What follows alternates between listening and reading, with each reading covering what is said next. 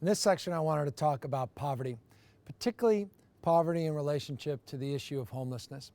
Look, in San Francisco, I recognize probably the most visible, vexing issue that defines so much of people's frustration and angst, that defines the best of San Francisco and arguably at times the worst, is the issue of homelessness and panhandling. People come in and visit the city, and inevitably they say, it's a beautiful city, my gosh, what are you doing about the issue of panhandling and homelessness? And sometimes they interchange the two, which is something I want to talk about, because panhandling is not homelessness, homelessness is not panhandling. Doesn't mean they're not at times one and the same, but more often than not, panhandlers are not homeless, and we need to address the issue differently. But the bottom line in our city is that we've moved in a different direction. We believe fundamentally that food solves hunger, that shelters solve sleep, and that housing solves homelessness.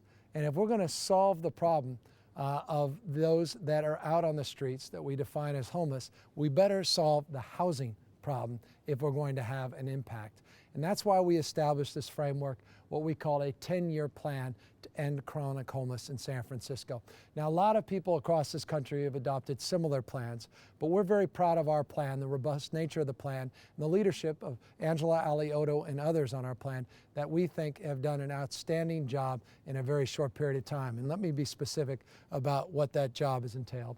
To date, some 8,593 people are off the streets since we started. Now, I'm very proud of it. In just a few years, we have gotten over 8,500 people, human beings, off the street, specifically through our Care Not Cash. And remember, almost everybody said it couldn't be done.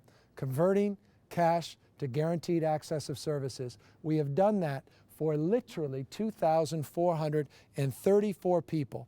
And we've initiated a program that has actually reduced our total caseload, and it's not a static caseload, and that's why the number on the left is not as high as would otherwise appear. We've reduced our caseload some 83%.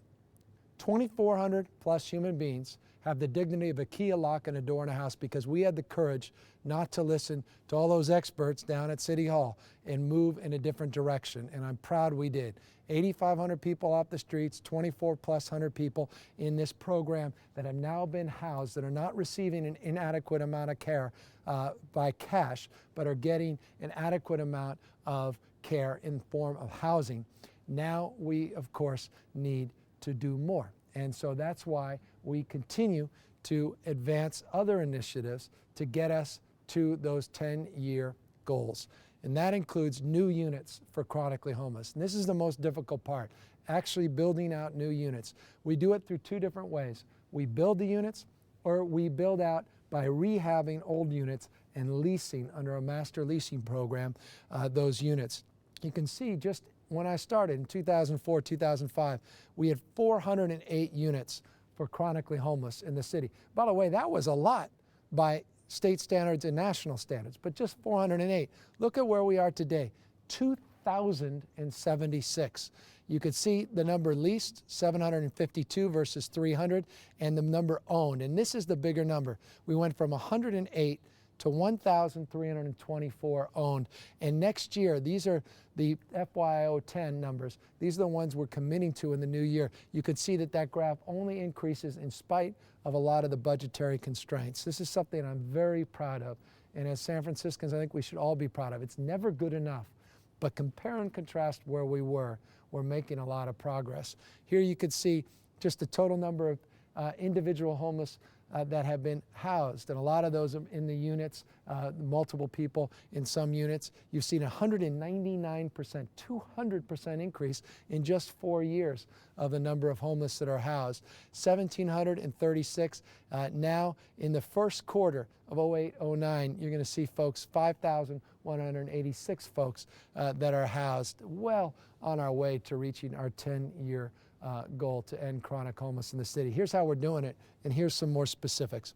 Supportive housing. This is our approach. Housing first, a direct access to housing model. Get out of the shelter business. Again, shelter solves sleep, housing solves homelessness. We have invested an unprecedented amount of money into this new portfolio, this new stock of housing that's all coming online in the next year or two. Let's be specific. Parkview Terrace. This one came online earlier this year. This is a direct access to housing building for seniors that opened in March. 20 units specifically for chronically homeless with supportive services, 80 units overall.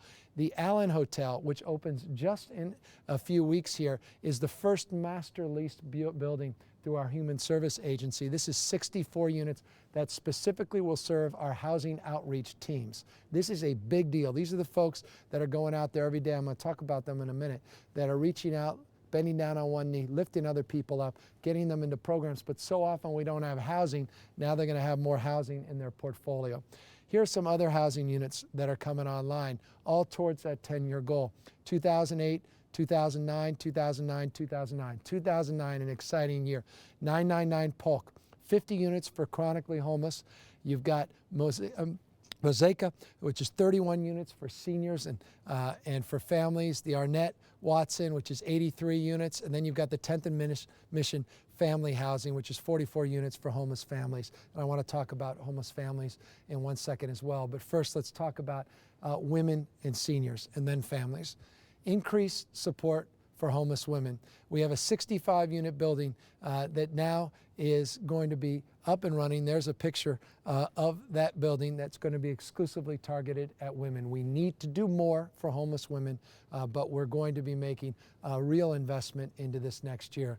You see the investment again. I referenced seniors, some of those housing units that I just showed you, 999 Polk, 9th and Jesse, a new one in 2010. Another one, of course, which is the big one, the old Goldman site, the Institute on Aging at Gary Senior Housing will finally open up in 2010, and then the Arendt in 2010 as well. So again, seniors, big part of the portfolio commitment in the next year or two will be seniors, not just women, and not just, again, single adults. Families, again, I get it, I hear it all the time.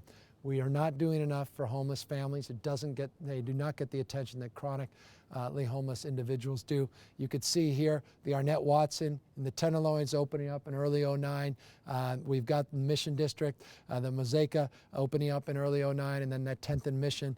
That's 131 new affordable homes by the end of 2009 for homeless families. We've got a specific goal working over at the Mayor's Office of Housing on a goal of 3,100 housing units targeted to families, affordable housing units in the next few years. I'll talk more about that in a moment.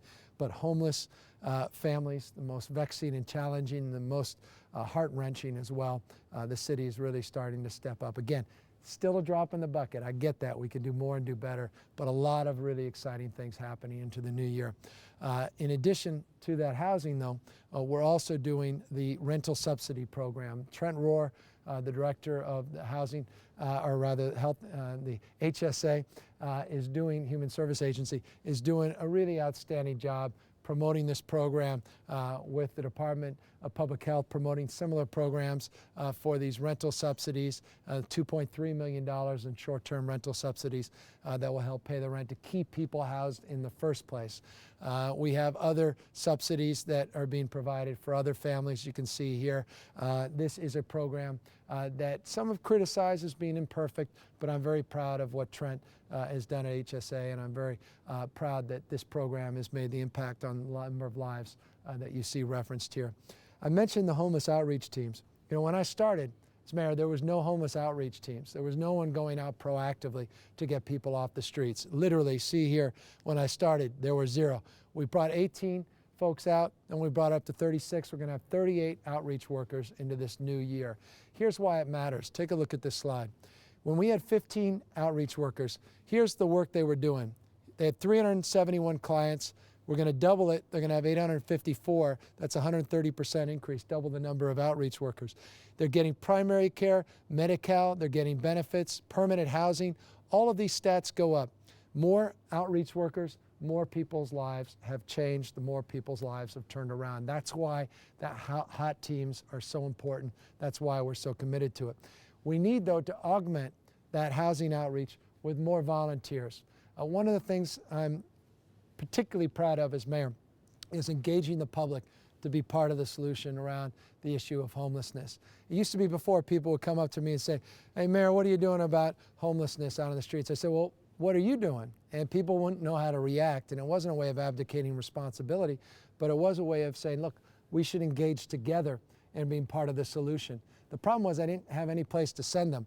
And that's why we initiated a program called Project Homeless Connect. Since October 2004, we've had over 18,600 volunteers. 18,600 volunteers. Again, I'm so confident that Barack Obama in his inaugural address is going to talk about the spirit of volunteerism, being part of the spirit of the renewal of America. Well, come out to San Francisco. Take a look at what we've done on the most challenging of issues, homelessness. Almost 20,000 individual volunteers. We've had dozens and dozens of these Project Connects, another one on December 3rd.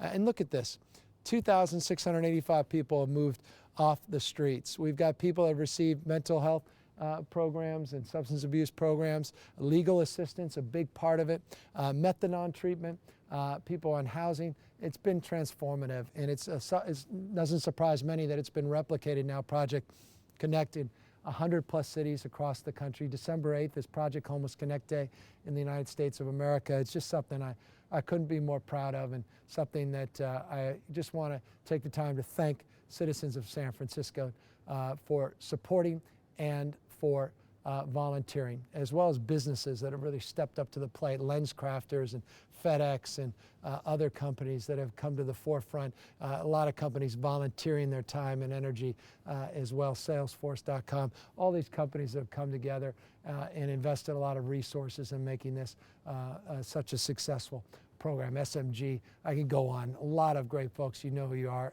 Thank you. Another thing we need to do, though, as we move into the new year, is deal with street population, not just with the homeless outreach teams going out and trying to bring people, but we also need to change people's behavior out in the streets and sidewalks.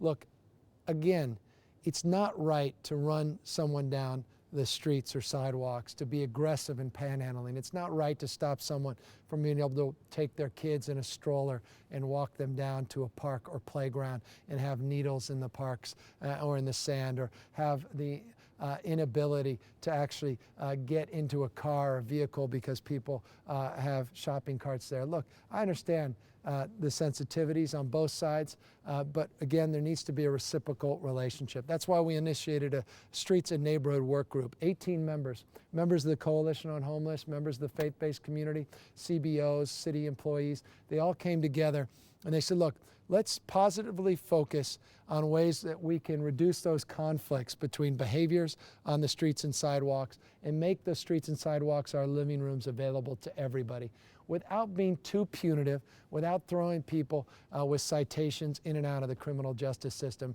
and not solving any problems. And that's why we focused on a series of initiatives. Backing up, looked at creating special enforcement zones, drug-free zones to deal with the quality of life issues of all the drug dealing. Again, think Tenderloin, think Mission area, think parts of think a lot of parts of our city where we could do more and do better. Looking at prioritizing treatment in these areas, prioritizing with our outreach workers access to services. Again, trying to create opportunities to, again, be sensitive and thoughtful. One of the areas that we're focused on is creating an alcohol impact area, good neighbor policy in the Tenderloin with a lot of the liquor stores, where we say, look, stop selling alcohol at 6 in the morning by giving payday loans to people, or becoming the rep payee on SSI, where you're basically using your resources to become a bank, and the only thing you're distributing is credit to get alcohol to people who clearly are abusing alcohol. Why don't we become good neighbors? We'll promote you. We'll encourage people to shop at your liquor stores. But in this area, let's recognize there are a lot of liquor stores, and the impact of alcohol is having a deleterious effect on people's lives, not least of which the people that are purchasing that alcohol. So we just initiated this new good neighbor policy in the Tenderloin. It's still a pilot, still a lot of work to be done. Too early to tell if it was a big success or not, but something that was initiated in 2008. I talk about quality of life in terms of panhandling. We're going to roll out a new panhandling campaign, alternatives to panhandling. We did something with parking meters. We promoted it. A lot of people sort of made fun of it, said, oh, that's just a terrible idea. The idea was to use those parking meters where you can actually put a quarter in, and instead of giving it to a panhandler, we'll take that quarter and put it to a program that will help that panhandler substantively deal with their lives. But we did it in order to use it as an anchor, as we will in the early part of next year for this Giving Change is Not Making Change campaign to educate people about the impact of giving out money to panhandlers. And the fact, just here's the reality, the overwhelming, not exclusively, but the overwhelming majority of the time, that money's not being used for its intended or at times advertised purpose. It just is not. And if it was, I wouldn't do this campaign. It's killing people. There are guys you give that last dollar to that go around the corner and shoot that dollar up and are dead. You don't see it as you drive away or walk away. You feel good that you've done something right, when in fact, you really haven't. Doing something right sometimes takes even more responsibility than handing out money and walking away from the problem. We believe we can help people do the right thing and deal with that urge to give money on the spot, which is something, look, I'm not immune to doing either. And so I understand it. There's always those exceptions. And that's why I want to do this Giving Change is Not Making Change campaign and come up with an alternative strategy to help panhandlers in a way that actually turns their lives around. This should not be a choice profession. There's a poverty issue that's underlying panhandling. Not all panhandlers are homeless, but that means we recognize there are behavioral health issues, there's substance abuse issues, there's vocational deficiency issues, there's educational issues, and there's behavioral issues. And we can help support the underlying reason people are out there, but we can't do it if people keep giving out a quarter or 50 cents or $1 or $5 or $10. Again, good intention doesn't always produce the best result. That's part of this program and this strategy. And here's why we need the help. Look at the quality of life citations. This is where people, this is why we did the Safe Streets strategy. This is why we need help in terms of addressing some of the street behavior. Is we do all these citations disproportionately concentrated in the Tenderloin area. Look at all these citations. This is the area, the city, that's just been dominant in terms of the challenges and problems. Most other parts of the city, it's an issue mostly along corridors, commercial corridors, but it's a Tenderloin area that we need to capture. And that's what this streets group is focusing on. What are they getting cited for? What are those citations? Alcohol related. Alcohol, 2,788. You've got panhandling, there you are, 1,242. That's aggressive panhandling, people running you down when you're going to the theater, people, again, scaring families because they may be a little tipsy and they may not notice what they're doing. Other folks doing the right thing and are passive, but again, some that are not, we end up citing them. People camping, trespassing. Rather than going through this revolving door where we just keep citing people, nothing gets done, lives aren't turned around, we need to do more and do better. Again, that's the idea. We need to get them in things like medical respite centers. We've got a new one opening up. This is a big deal into the new year. 80 beds will be opening up, fully ADA compliant, Americans with Disabilities Act. We've got on-site kitchen for food prep. This is a comprehensive program. It's 8th in mission. The respite center is something that we've been talking about for 2 years. Finally, we're going to be funding in the new year. Community Justice Center, I talked about it in other sections of the presentation. This is important. Again, rather than having a revolving door justice, rather than having people cited for quality of life violation, rather than having people go in and out of the criminal justice system where nothing changes, there's no pattern interrupt, there's nothing that inherently changes their lives, they never get the programs and services they need or deserve. Now we've got a catchment area, a problem-solving court that solves problems, not just a criminal justice court that adjudicates criminally problems, but solves problems by having the Superior Court in a wonderful partnership with the city build capacity and connect people in this catchment area that is, again, this catchment area that is dominantly marked by these dots, where we could begin to address people's lives in a substantive and meaningful way in partnerships with the community. I recognize Prop J, the voters of San Francisco did not want us to permanently commit to funding the Community Justice Court. They want us to look on an annual basis. I understand that. We have committed $983 million of federal money to the program. We've already got holding cells that are being built out at 555 Polk Street. We've already signed the lease. We're ready to go. We've got to prove ourselves. I'm committed to proving ourselves. And I think this is going to be a huge success story where lives are truly going to be saved, lives are going to be turned around into the new year. So that's something where we're making some progress. Another area where we look forward to making progress in the new year is redesigning our shelter system. Again, shelter solves sleep, housing solves homelessness, but you still need shelters in the interim until you build enough capacity for housing. But I don't think our shelters are worth much. I think they're lousy in almost every way. They're unsanitary, they're unsafe, and they don't do anything from my perspective substantively. Again, if it's just about dealing with your few hours of sleep that you need a night, oh, that's fine, but that's not why we should be spending tens of millions of dollars a year, and that's what we spend on our shelters. So we've come to look at our shelters as an opportunity by redesigning them and making them more part of our new continuum of care, linking housing to the shelters, linking real programs to the shelters, making them drop-in centers, and focusing on a 24-hour, 7-day-a-week Project Homeless Connect, as opposed to once every 6 to 8 weeks, doing them 24 hours a day and doing smaller versions of Project Homeless Connect at the shelter site. We have new providers that will be selected in just a couple months, January of '09, and new services in the middle of next year in our shelters. So this is, again, part of 2008 that will pay dividends in 2009. It's something I'm very excited about, something I look forward to into the new year. Federal funding, people ask, where is the money coming from for all this? Well, local money, state money, and take a look at this. In spite of cuts from the federal government, they have been hardly friendly to cities as it relates to poverty programs. Here's an area where we, because we've demonstrated capacity and commitment to produce results, have seen the fundamental result of more money coming into our city.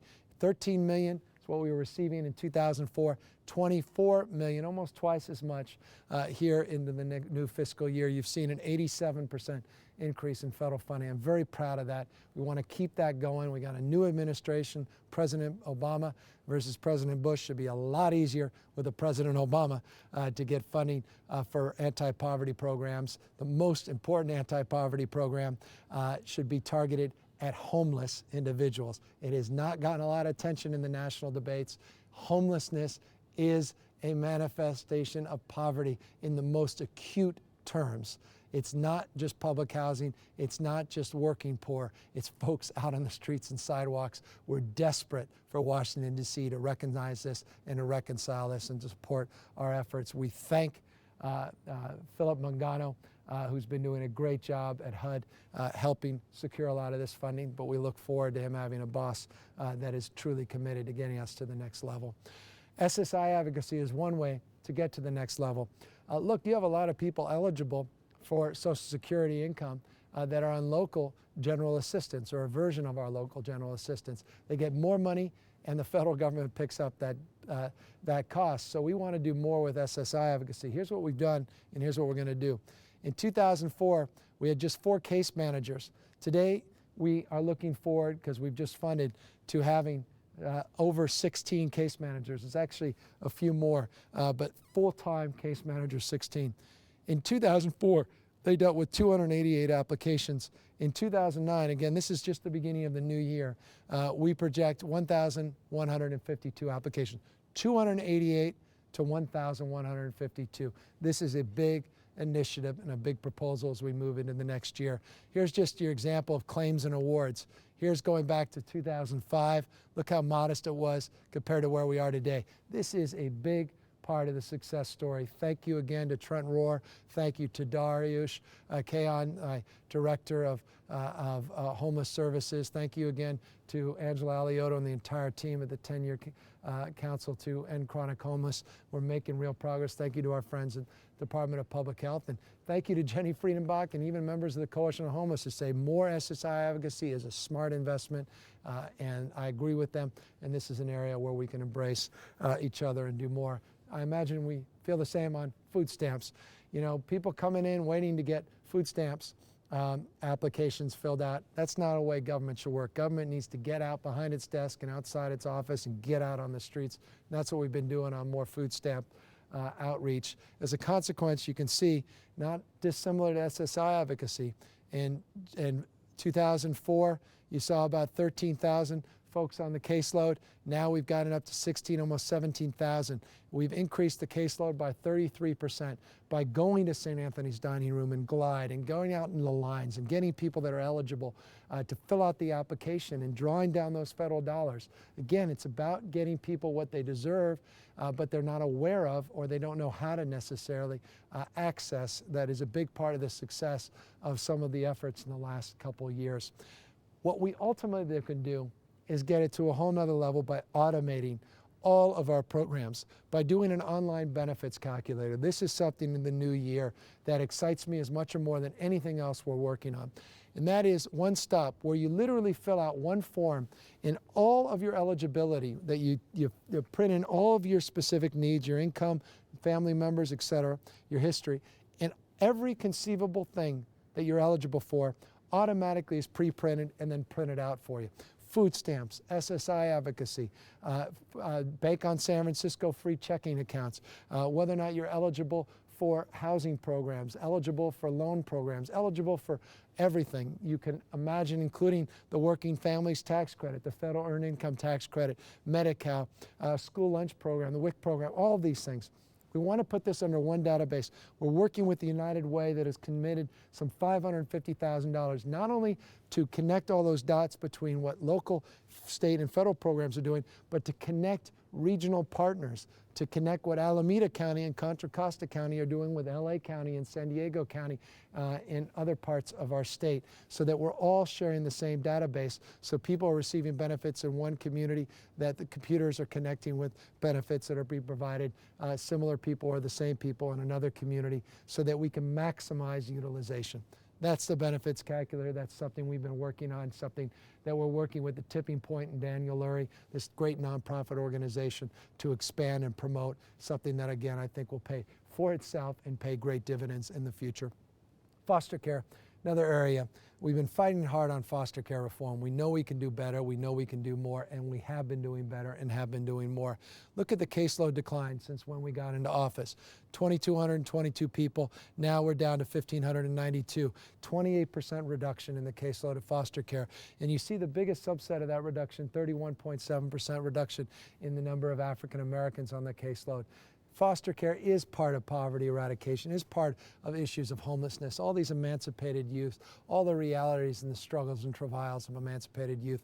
This is something we're proud of. We've still got to get it way down. It's still not where we need to be. You can see one of the ways we're doing that is we're keeping families together. Look at where we were way back in the 80s, where we had foster care that was completely disconnected. Again, subset African American community, the top line, Latino community, where we weren't connecting with families like we're connecting with families now, that we've been able to keep families together in an unprecedented way in the last number of years. We've been doing as well, not only keeping families together, but we've also been increasing the transitional housing opportunities for youth.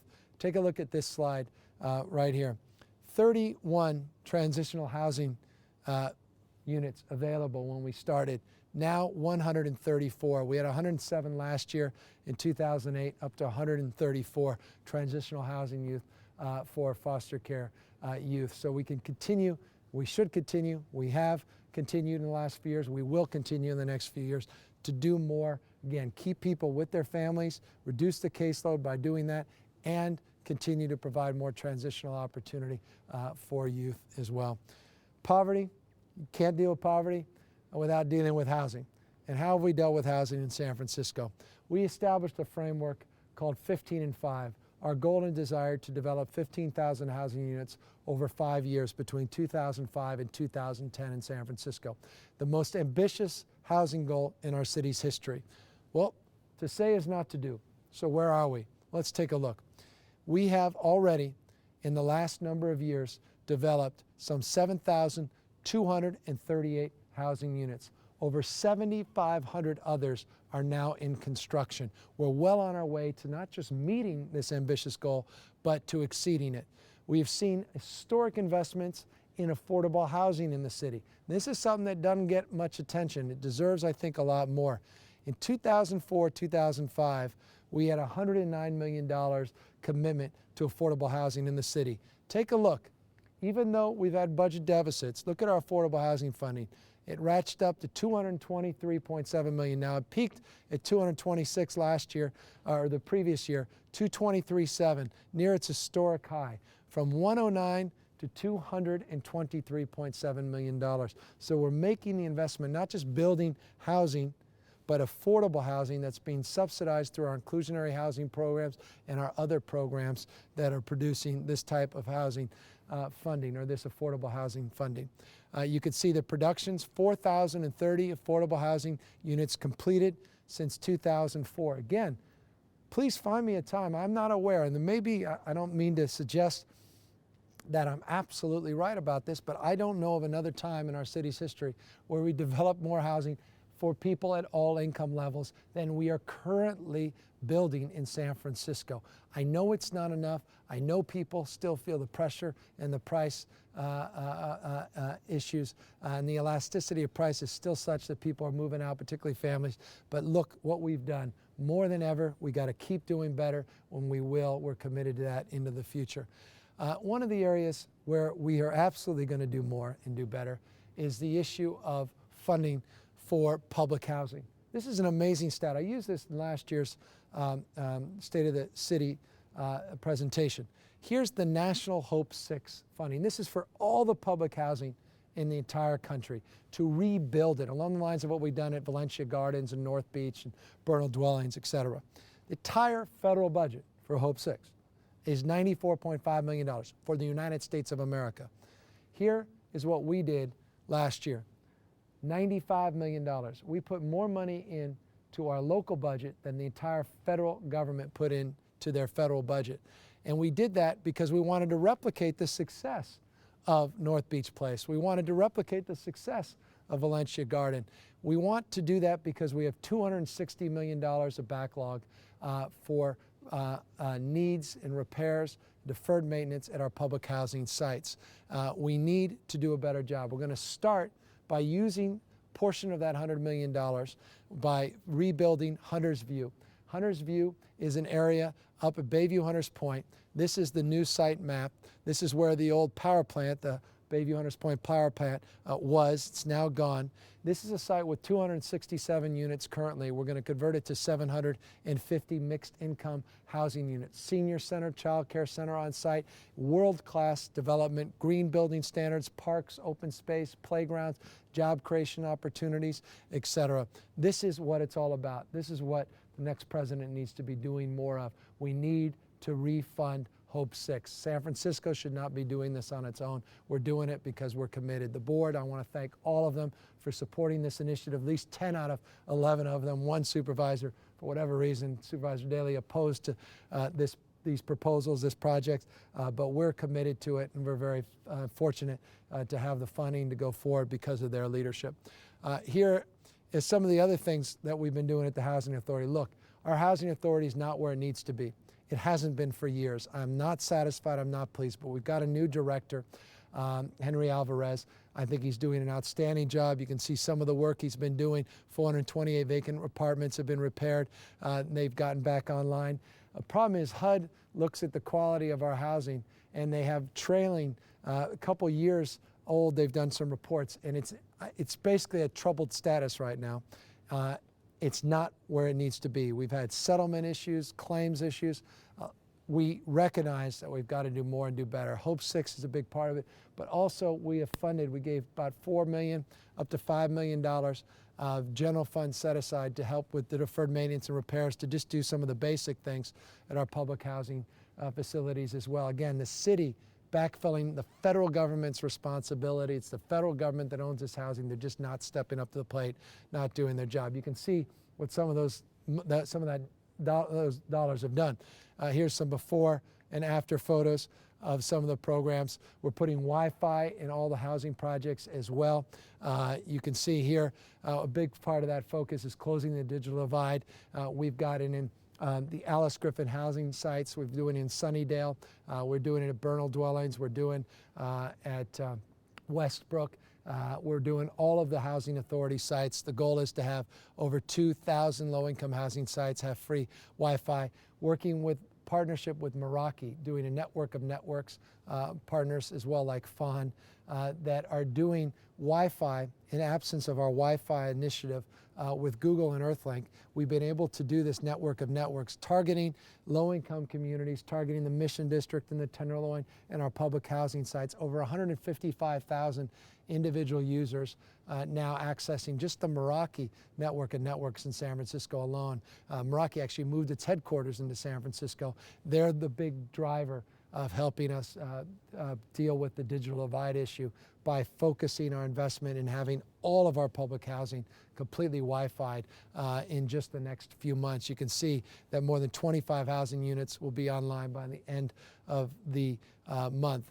In addition, we have developed a strategy with the digital divide to provide over 1,081 refurbished computers that local businesses and nonprofits have donated, again, to address the need not just to have access with the internet through Wi-Fi technology, but also to have the hardware and the tools to do it. Minimum wage, take a look at this slide. The second highest minimum wage in the United States of America, $9.79 next month. No other city in the United States does more with their minimum wage. A working families tax credit to allow working families to keep more of what they earn. A local earned income tax credit. We think we're the only city in the United States that has a local earned income tax credit. Close to 13,000, that slide actually needs to be updated. Families have taken advantage of the working families tax credit, and it's making a big difference in drawing down federal earned income tax credit dollars. $10+ million more in federal earned income tax credit has been drawn down since we initiated the local program, so it promotes the federal program. At the same time, we promote giving working families more of what they earn. Bank on San Francisco, a national model. This is incredible, 24,714 accounts. When we started, we were hoping to have about 10,000 accounts on an annual basis. The last 24 months, 24,714, average bank account, $980. We have 17 different banks and credit unions that are part of this. It's now a national model. The Schwarzenegger administration is doing Bank on California. You can see that 60 cities and 33 states are now doing similar efforts. 80% of these accounts are still in good standing. It's all about poverty eradication. It's not just dealing with income, it's also dealing with assets, and it's focusing on people to stabilize their lives by having a savings mentality and thinking differently about savings and thinking differently about their lives in terms of getting their credit histories to improve and creating more stability in their lives. A great program. I want to thank Treasurer Jose Cisneros for his outstanding leadership. This is a truly model program, something that we all should be very, very proud of. And speaking of model programs to be proud of, we all have, when we're born, a birth tax, and that is this national debt that we're all born with. I want to do a version of a baby bond for every child born in public housing. I think every child should be born with a bank account, a trust fund. We start with $500, and through their lives until they're 18, we match that savings. We create incentives, private sector, the nonprofit sector, and match that savings. Family members can donate to that children's fund. We call it the Futures Fund.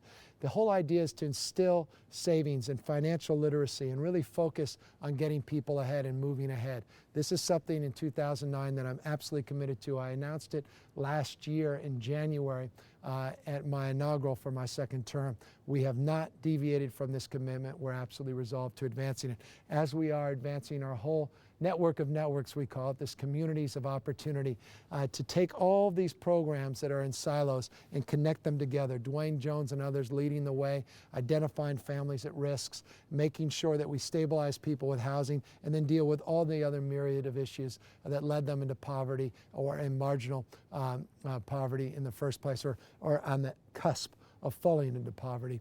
Communities of opportunity, something, again, we're proud of, something that's modeled after the Harlem Children's Zone and what Jeffrey Canada has done back east.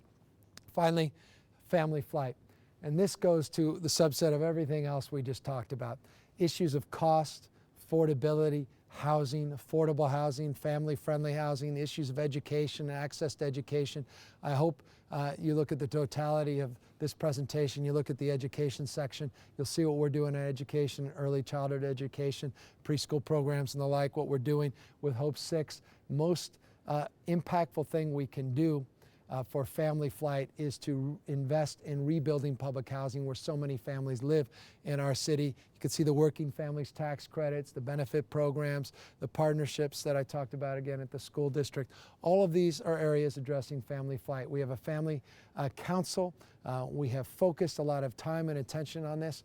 In the next few months, I'll be announcing some of the next steps and the benchmarks on family flight in San Francisco, but a lot of progress is being made on a very tough issue because it's been since the 1970s that we've lost the middle class in our city. Since the 70s we started to see families leave our city. Can't be turned around like that, but we are committed to doing a better job at it. And finally, on that point, we've also put together an African American flight task force, a subset of this, looking at African American families that are leaving our city in even disproportionate comparison to the larger issue of families leaving. A dominant or disproportionate number of those families are African American families, and we have just finished that report, which we'll also be submitting next month, and specific recommendations and strategies to deal with African American flight.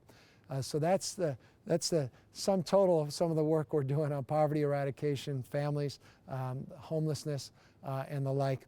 I'm proud of the efforts. I'm proud of some of the accomplishments. I'm proud of the benchmarks into the new year and the commitments we've made. I think 2009 is going to be the best year yet. In spite of the economic conditions, I think the city is serving those in need as well or better than any other big city in America. We could do more, but we hope we have a partner in the White House to do more, and we expect that we're going to have a lot more relief into the next few years with a Democratic Congress and a new president.